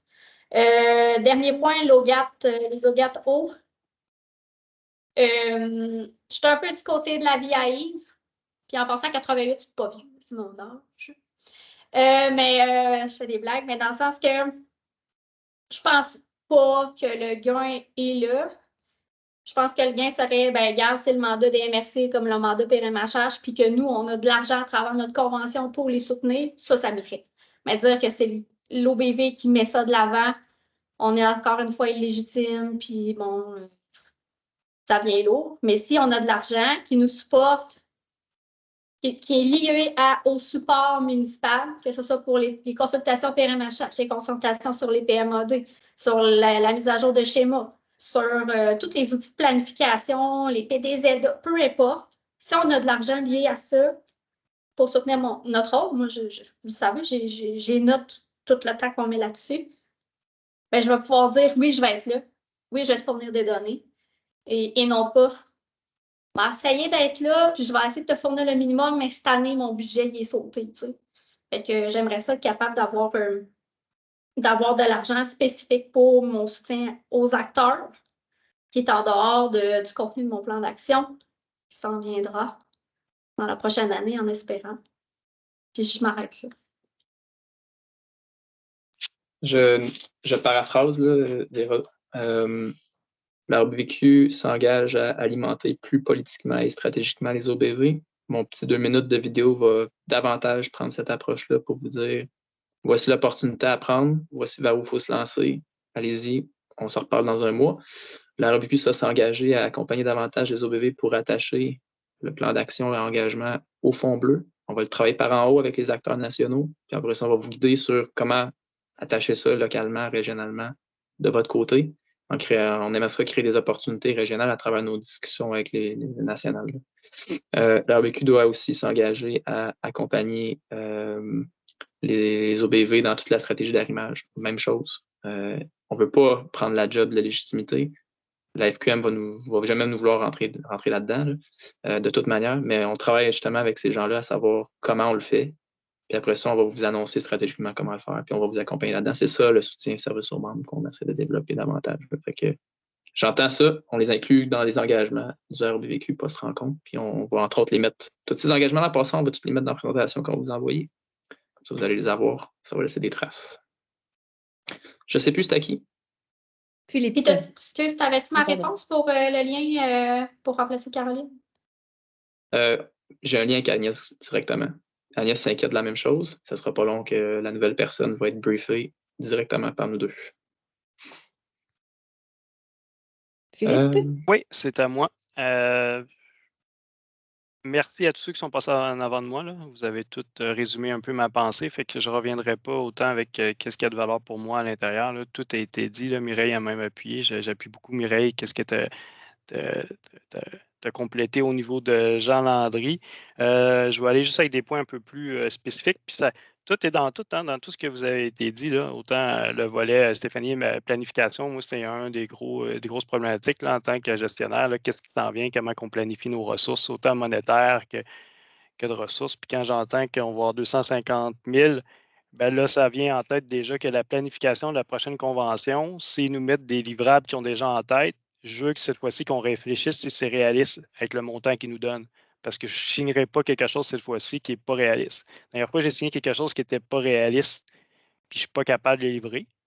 Parce que moi, Mathieu, contrairement à ce que tu as dit, j'ai mis les 2 dernières années à me battre sur le cadre de référence parce que nous, il a fallu qu'on change de structure pour qu'on soit capable de répondre aux stratégies de mobilisation, qu'on soit capable de mettre la mise à jour du PDE, parce que dans notre convention, c'est marqué que pour remettre nos livrables, il faut qu'on respecte le cadre. C'est ce point-là que Stéphanie parlait tantôt, là, que c'est lui qui devrait sauter effectivement. Sauf là, je me suis battu à changer ma structure les 2 dernières années. Il y a une rencontre après-midi là-dessus encore pour respecter, mais ils sont tout le temps dans l'interprétation de termes, de mots. Puis même si on essaie, on pense qu'on est correct, ils reviennent tout le temps avec des informations. Donc là, s'ils ont déjà en tête quelque chose qui est délivrable pour eux, mais que ce n'est pas réaliste, je ne signerai pas. Puis en passant pour ce cadre-là, dans la dernière conversation que j'ai eue avec le ministère, ben, toutes les OBV, normalement, ceux que leur structure de concertation, processus de concertation ne respecte pas le cadre, vous avez jusqu'à votre prochaine AGA pour faire les modifications. Vous ne le savez pas encore, mais la consigne ça ne fait pas partie de livrable. Donc, c'est vous qui financez avec l'argent qui va être donné. C'est qu'est-ce qu'on m'a donné. Nous, j'ai fait les 2 dernières années, mais il y en a beaucoup. Il y en a que ça ne changera rien, puis qu'il y avait déjà une structure correcte, mais il y en a que ça va changer beaucoup. Est-ce que finalement, ça va arriver? Je ne sais pas. Est-ce que ça fait partie de la convention ou pas du tout? Une attente. En faire fi, quand tu dis qu'il ne faudrait pas que ce soit dans la prochaine convention, mais qu'ils ont ça en tête, ben, c'est un élément qui semble encore important pour eux. Je vais juste le dire, là. Puis ne soyez pas surpris pour les modifications que vous allez peut-être devoir apporter en soi. Si je reviens au niveau du schéma d'aménagement, je suis un peu d'accord avec Yves là, puis Véronique. Pour moi, avec toutes les modifications que les MRC vont faire les prochaines années, ça va prendre tellement de temps que c'est irréaliste de faire un livrable pour les OBV pour les 3 prochaines années. Là. Dans le temps, c'est pas possible. Puis, l'autre élément pour moi, ce serait plus un travail, peut-être un mandat au ROBVQ de réfléchir comment l'arrimage se fait. Puis moi, je ne parle même plus d'arrimage, ça devrait être plutôt une consigne qu'il y a au MRC de dire vous devez considérer les PDE de telle manière. En prenant telle chose, vous le mettez dans votre schéma, puis ça reste comme ça. Donc, ce n'est pas à nous à le travailler, on l'a déjà fait, on n'a pas à refaire un travail qu'on a déjà fait. Tout ce travail-là a déjà été fait, donc c'est au MRC à le faire, selon moi. On peut effectivement, comme Véronique dit, être là comme consultant, aider à comprendre, compréhension et tout, ça, il n'y a pas de problème. Mais on n'est pas là à redonner des données, des informations, ou peu importe, de la réflexion d'un objectif ou quoi que ce soit. Ça serait à eux à apprendre. Dans ma tête, le travail doit être plus de façon provinciale. Et peut-être éventuellement, il va y avoir de l'argent pour qu'on les aide, mais je vois ça beaucoup plus tard que dans les 3 prochaines années, là, selon moi. Là. Je ne dis pas que ce n'est pas important, c'est ultra important là, que les deux soient ensemble, mais c'est ça. Je ne pense pas que c'est à faire OBV par OBV. En passant, Jean l'avait fait. Nous, on l'avait amorcé en 2009 également, mais la MRC voulait modifier son schéma d'aménagement. Ça n'a jamais abouti. Puis ma réflexion a vraiment changé à ce niveau-là. Je ne pense pas que ce soit par OBV à le faire, là. Cet arrimage-là. On a déjà les outils, ils ont déjà un outil. Il faut juste les mettre et que la prochaine outil qu'ils ont développé là, qui soit intégré. En tout cas, c'est ma réflexion. Puis, mais l'affaire, en même temps, c'est que le PDE qu'on est en train de créer, que beaucoup d'OBV disent que c'est un PDE pour le ministère, qui ont un PDE en arrière pour la population, bien, c'est quel qui va être associé au schéma d'aménagement? Celui qui a le PPDE que Mireille dit, le petit PDE, fait qu'il n'y aura pas de force et qu'il ne prendra pas tant de place dans le schéma d'aménagement, ou c'est qu'est-ce qu'on voudrait avoir plus d'ambition puis plus de cohérence dans l'aménagement du territoire?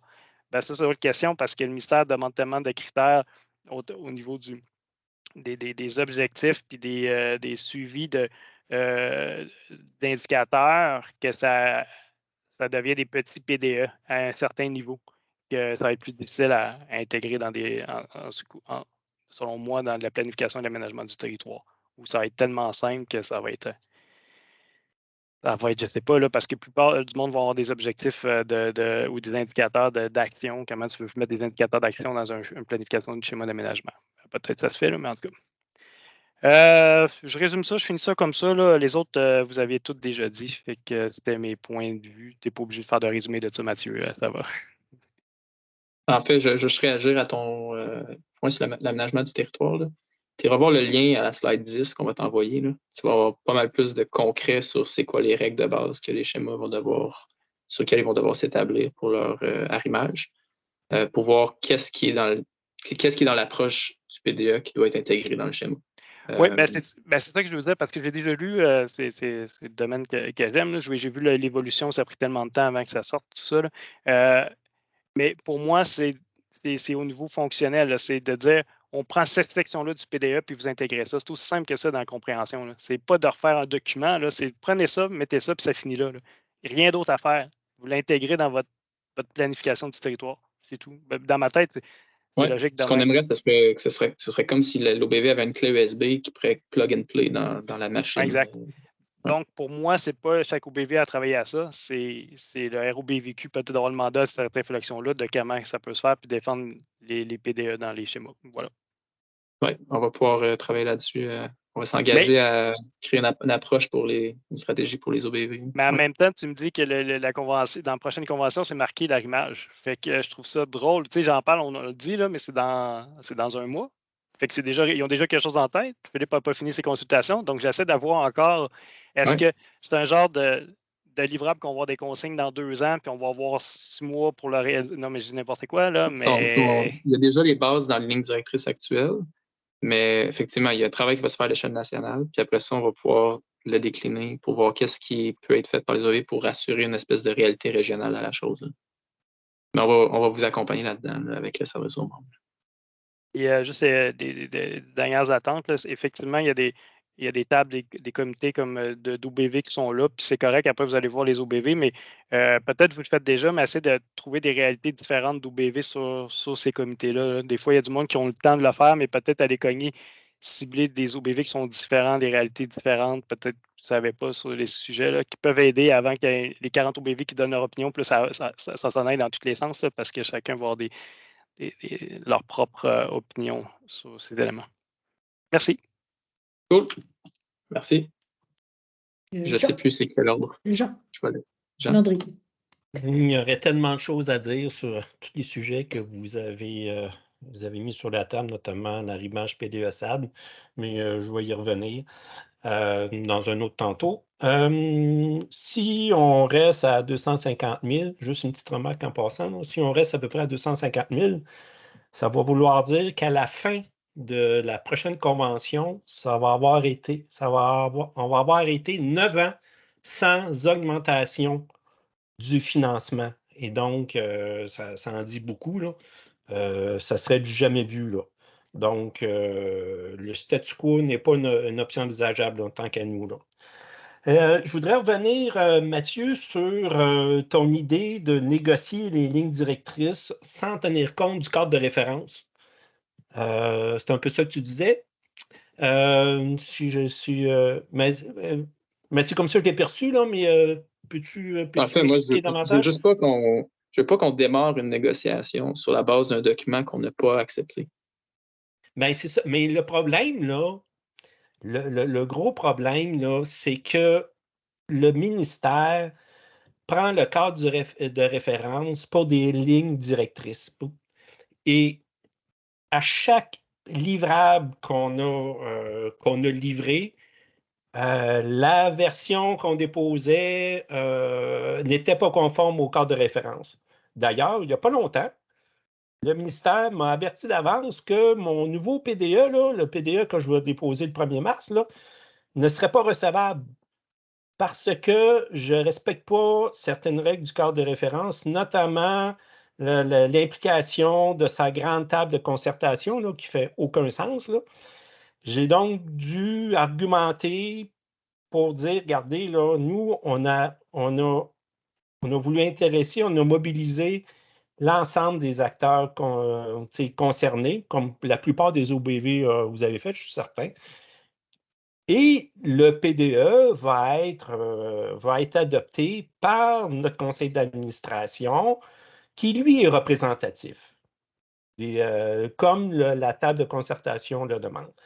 Ceci dit, on a eu une rencontre du CA le 6 décembre avec les gens du ministère parce que je les avais invités pour qu'ils viennent discuter avec les membres du CA sur les fameuses responsabilités attendues de la table de concertation.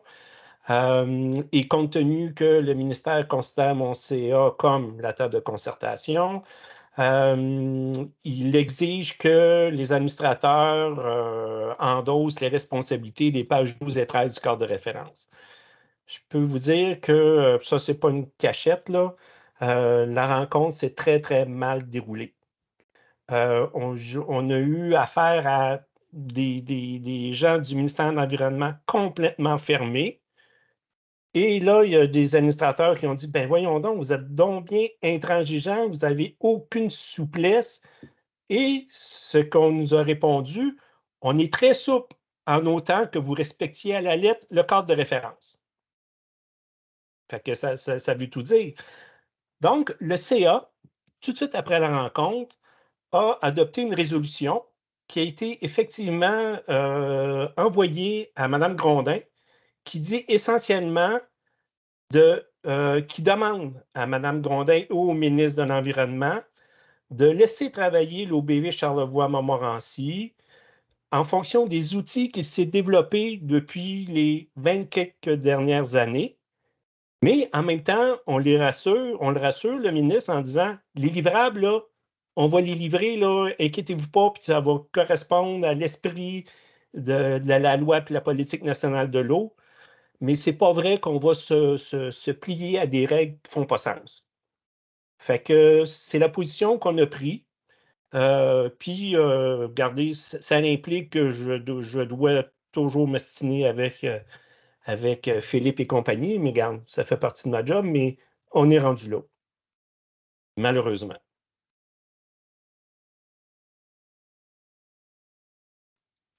Merci, Jean, pour le suivi là-dessus. On est effectivement au courant, là, ça s'est rendu par en haut à nos oreilles et par toi directement. Qui d'autre qu'il y avait après, en note? Il y a moi, Yves. Ouais, Karine, je pense que c'est ce que tu disais. Là. Oui, ça va? Excuse-moi, c'est Thierry Yves. Oui. Il y a quand même plusieurs choses qui se sont dites depuis qu'on a levé la main. Ça fait que sûrement que ça va faire en sorte que je vais intervenir sur plus de points que la raison pour laquelle j'avais levé la main initialement. 3 choses. Je reviens sur ce qui s'annonce dans la Convention comme étant un mandat d'arrimage avec les schémas d'aménagement. Je me questionne le rôle que le ROBVQ a joué dans ce positionnement-là. Moi, je ne reconnais pas un besoin de notre OBV là-dedans. Alors, si le ROBVQ est au service de ses membres, je pense qu'il doit positionner stratégiquement le réseau des OBV dans ce que les OBV veulent faire. Moi, je ne me reconnais pas là-dedans. Je n'ai pas envie que ce soit un positionnement stratégique qui a été pris par le ROBVQ avec le ministère, puis qu'après ça, l'accompagnement du ROBVQ, ça soit nous dire comment est-ce qu'on va faire ça. C'est quelque chose qu'a priori, je ne veux pas faire, cet arrimage-là avec les schémas d'aménagement. Pourquoi? Parce que ça va encore avorter le momentum qu'on a au terme d'un effort de planification. On a planifié les OCMHH, puis quand on était dans le momentum de travailler à leur mise en œuvre, on nous a demandé de faire un bilan de la mise en œuvre du PDE. Là, on va déposer la mise à jour de notre PDE. On est dans le momentum pour le mettre en œuvre, puis on nous demanderait de travailler à l'arrimage avec d'autres plans. On va encore casser le momentum. Moi, je veux pas ça. Je veux pas ça. Je veux pas ça dans notre convention, cette demande-là. Puis je suis d'accord avec ce que Philippe a soulevé. De toute façon, je pense que on risque de se perdre dans des MRC qui ne sont pas nécessairement prêtes, puis qui n'ont pas nécessairement les outils dans leurs mains dans lequel l'intégration du PDE devrait être faite de toute façon. Fait que ça risque d'être laborieux plus qu'autre chose. Non, moi, je pense que ce n'est pas notre responsabilité, puis j'aimerais ça qu'on évacue ça autant que possible. Puis si on peut signer une convention avec moins d'argent, mais qu'on n'a pas ce mandat-là, mais qu'on a juste les autres mandats de plan d'action, tout ça, ben Chris, je serais quasiment prête à ça. Deuxième chose, l'argent. Là, ça fait quelques fois que j'entends 250 000, puis je ne sais même pas pourquoi ça a été un des 3 scénarios au ministère. Le scénario de base qui aurait dû être au ministère, c'est celui qui intègre l'inflation depuis les 6 dernières années. Ça aurait dû être la baseline. 250 000, ça m'apparente de ça, là. Non, c'était ça. OK, mais c'est parce que moi, 250 000 là, en 6 ans d'inflation, là. Non, c'est ça. Ça tenait compte de ça. Là. OK. Parce que ça, c'est le baseline. Hein. Si on ne suit pas l'inflation, là, qu'on n'a pas suivi en 6 ans, là, si on ne fait pas ce rattrapage-là, là, on est dans l'effritement du réseau. Si le ministère n'est pas prêt à engager assez d'argent pour éviter l'effritement du réseau et de ses ressources, c'est un désaveu envers le réseau. Je ne vois pas pourquoi je serais motivé à travailler dans ce contexte-là si les OBV, ils ne sont pas reconnus. C'est du désaveu. Si on nous enlève de la capacité, ça, c'est le minimum, ça. OK? Je pense que j'ai été clair là-dessus. Ensuite de ça, le fameux cadre de référence. Je partage pas mal ton point de vue, Mathieu, puis je l'avais déjà évoqué par le passé, qu'il faut faire des gains dans la prochaine convention. Puis le cadre de référence, on pourra faire des gains ultérieurement. Mais je comprends les points de vue qui sont amenés par Stéphanie, puis Jean, puis d'autres, que le ministère, puis on l'a vu là, au cours des derniers mois, le ministère commence à regarder à la lettre ce qu'il y a dans le cadre de référence, puis à vouloir appliquer des affaires, puis appliquer des affaires sans jugement, comme le dit Jean. Puis pour moi, le nœud du cadre de référence, c'est au niveau de la structure. OK? Puis j'étais sur le comité qui avait commencé à co-construire la mise à jour du cadre de référence avec le ministère. Et dès le départ, on avait convenu que ça serait un processus de concertation qu'on ferait valoir, puis que le cadre de référence ferait valoir. Puis les gens du ministère étaient d'accord, puis on a fait un long bout de chemin là-dessus. Puis les gens du ministère qui étaient là à ce moment-là sont même plus là aujourd'hui. Ça fait que là, il y a peut-être une perte de mémoire institutionnelle, mais j'ai l'impression que là, il y a des fonctionnaires qui s'attachent à imposer une structure de concertation, alors que le principe qui est dans la loi et le principe qu'on défendait et qui était reconnu par les gens du ministère dans la révision du cadre de référence, c'était de faire valoir le processus. Fait que s'il y a une bataille à gagner au niveau du cadre de référence, sans être obligé d'ouvrir chaque mot puis tout, c'est qu'on nous lâche le pompon sur une structure unique qui est souhaitée par le ministère, puis qu'on reconnaisse les processus de concertation qui jouent le même rôle en ayant des structures différentes. On peut tout s'arrêter à ça, parce que sinon, on va se perdre là-dedans encore. Puis ça, c'est ce que vous devriez faire valoir auprès du ministère. D'arrêter d'insister sur la structure, puis de s'assurer que le processus, lui, répond à une représentativité, par exemple. Merci. Ça va exactement dans le sens des préoccupations des gens quand ils viennent juste de dire. Même chose pour Jean-Paul là, dans ses récentes communications avec le ministère. Même chose pour les communications dans lesquelles je suis en CC là, avec Philippe. C'est pour atteindre les objectifs des futures lignes directrices, donnez-nous la liberté de mettre les structures en place qui sont nécessaires pour le faire et atteindre les objectifs. C'est exactement dans le sens que ça va. Puis je m'excuse d'intervenir, mais c'est exactement le sens du propos qu'on a tenu dans notre mémoire sur le PDE. C'était exactement ça. C'est de laisser les OBV travailler en fonction de leurs outils et des besoins du milieu. C'est exactement ça. Je suis tout à fait d'accord avec toi. Excusez. C'est comme en écosystème. C'est la fonction qui importe. La forme, elle vient après atteindre la fonction. On est bien d'accord avec ça. Pour la question de l'arrimage du territoire, là, je suis bien à l'aise d'accueillir une conversation difficile de manière candide. La majorité du réseau est prête à passer à l'action sur la question de l'arrimage, aménagement du territoire. C'est la raison pour laquelle on a été actif à faire valoir ce point-là et c'est la raison pour laquelle on va continuer à accompagner les OBV pour faire ça. Peut-être que ça fait moins ton affaire dans certaines régions, là. Je le comprends, je l'accueille, mais en même temps, plus que la majorité des OBV sont probablement bien contents de travailler sur ce dossier-là. Là. Mais comme je te dis, on va mettre un rendez-vous, on va mettre un service aux membres différenciés pour être en mesure d'accueillir et de travailler avec les OBV qui ont des réalités plus spécifiques là, à certaines régions. Est-ce qu'on a d'autres gens? Mettre aussi en place, Mathieu, des attentes différentes de la part du ministère. Parce que ce n'est pas toutes les OBV qui vont pouvoir livrer de la même manière ce type d'allumage-là. Exact. Puis je reviens à ce que disait tout le monde avant là, sur ce point-là. On ne sera pas mesurer notre succès sur la capacité des OBV, des MRC à intégrer les choses au même niveau de la même manière. Ça, c'est pas notre rôle, c'est pas notre responsabilité. Puis jamais la FQM va vouloir nous donner cette espèce de pouvoir-là. Ce qu'on veut, c'est leur donner la meilleure clé USB possible, puis espérer qu'ils sont capables de faire le mieux qu'ils peuvent avec ça.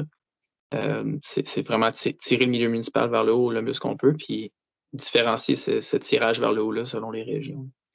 Mais on le travaillera dans des groupes de travail, là, tout ça, effectivement. Surtout avec la question des régions plus éloignées. Est-ce qu'il y a des gens encore dans la salle qui... Geneviève. Oui, merci. Bon, ben merci pour l'excellente discussion. Moi, je relève... Ben, en fait, je suis d'accord avec l'ensemble de ce qui a été discuté, la prochaine convention priorité. Puis, ben, le processus de concertation est au cœur de ce qu'on doit faire. Laissez-nous faire notre job. C'est ça. Là. Ça fait assez longtemps qu'on existe. Je pense qu'on a développé des compétences qu'il faut mettre à profit. Ce que j'aimerais pour justement ma planification, puis je pense que ça va faire l'affaire de plusieurs autres DG, c'est quoi les chiffres pour de vrai que vous avez proposés au ministère là, dans les scénarios? Là? Parce que je comprends que le troisième scénario n'est pas intéressant selon le ministère, mais moi, c'est-tu 350 000 ou 250 000 par année, le scénario de base? Puis le scénario à 50 millions, c'est 50 millions par année pour le réseau, donc à peu près 1 million par OBV. C'est pas ça, hein? J'aimerais savoir quelque chose d'un peu plus concret. Là, ça va m'aider à planifier, puis je pense que ça va aider aussi Véronique, entre autres, qui a déjà planifié à 250 000, mais OK. Genre 4,50, 4,75, il me semble, qu'on visait. Karine, tu l'as-tu pas loin? Je le cherche dans mes dossiers. Là. Juste le montant 300, total. c'est ça. Le statu quo, c'était 302 000 avec. On avait fait le calcul depuis 2018 avec les augmentations. Après, c'est 470 000 et il y avait le 630 000. Vous voyez qu'on a présenté un scénario 630 000 par année. Oui. Merci. Okay, donc, il n'y a pas eu de scénario de 250 000, là? Non. OK. OK, c'est parce que tantôt, tu me disais 250 000, c'était ça qui respectait c'est le statu quo. L'inflation, mais j'en doutais le statu solide. quo avec l'inflation. Oui, c'est ça. Tantôt, quand tu en as parlé, je t'ai expliqué. Ce que j'ai dit, c'est qu'effectivement, le scénario 1, c'était statu quo avec l'augmentation nécessaire pour pas, comme tu dis, effriter le réseau. Ben, merci d'avoir partagé ces chiffres-là avec nous. Au moins, ça va nous aider pour les planifications. Je vais pouvoir faire de quoi de plus appuyé sur la réalité. Oui, en fait, merci à vous, hein, parce que c'est pas nos chiffres à nous, c'est vos chiffres à vous. On avait mis en place tout un processus de travail avec les DG là-dessus. Là. On n'a pas sorti ça de nos poches nulle part. On a juste tenté le terrain sur ce qui était acceptable à présenter, comment le présenter pour voir comment ça passerait. Là. Entre autres, Agnès nous a donné un bon coup de main là-dessus. D'autres gens dans la salle? Jean? Moi, j'ai juste une question. Vous nous aviez demandé de sensibiliser nos députés, justement, concernant l'augmentation. Est-ce qu'on le fait? Avez-vous des informations par rapport à ça? Oui, beaucoup de bons commentaires, en fait, du cabinet par rapport à ça. Comique, il y en a que leur député a dit, voyons, c'est pas moi qui devrais vous soutenir, vous devriez passer directement par Agnès. Puis Agnès a trouvé ça bien drôle. Mais il y a des gens, effectivement, qui ont discuté directement avec Agnès de ces choses-là. Puis Agnès était contente d'avoir leur appui, entre autres, là-dedans, dans leur négo. Là. Après, on va voir, là, comme Véronique disait, dry, c'est le bon terme. Je sens qu'ils vont tenter de faire un budget qui va être assez équilibré. Alors, on va voir qu'est-ce qui va être coupé ou dans quel contexte. Là. À voir. Voilà. Bon, on a largement dépassé nos délais, hein, les amis. Je vais ajouter une slide dans la diapo tantôt pour pouvoir inscrire là-dedans la liste des engagements que nous prenons suite à cette rencontre d'aujourd'hui pour assurer un bon leadership du réseau. À n'importe quel moment, si vous avez besoin, vous avez nos coordonnées. Ils vont être dans la dernière slide. Ils vont nos numéros de téléphone à moi et à Karine, comme d'habitude. Et on va vous revenir d'ici quelques semaines avec un autre mot mensuel dans lequel on aura un petit 2 minutes de moi qui parle devant une caméra pour vous donner des suivis et des orientations stratégiques. Fait que s'il y a quoi que ce soit, contactez-nous. Merci d'avoir été là avec nous encore aujourd'hui en très grand nombre. On apprécie votre participation.